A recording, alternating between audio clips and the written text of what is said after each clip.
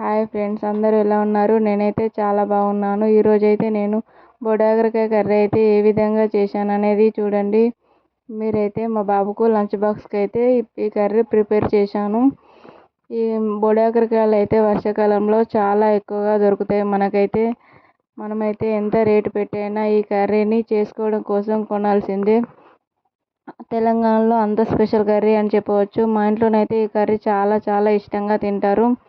నేనైతే ఈ బొడాగరకాయ కర్రీని అయితే ఈ విధంగా వండుతున్నాను. ఒక్కొక్క ప్లేస్లో ఒక్కొక్క విధంగా బొడాగరకాయ పేరు అయితే పిలుస్తారు. మీరు మీ ప్లేస్లో ఏమని పిలుస్తారని అయితే చెప్పండి. మేమైతే ఈ కర్రీని మా అత్తమ్మ మా అమ్మ అయినా కానీ బొడాగరకాయ చారు ఎక్కువగా చేస్తారు. నేను కూడా అదే విధంగా చేస్తున్నాను. మళ్ళీ బొడాగరకాయ కర్రీని మనమైతే మనకు ఎంత క్వాంటిటీ కావాలో అంత క్వాంటిటీలో ఇదైతే చేసుకోవాలి.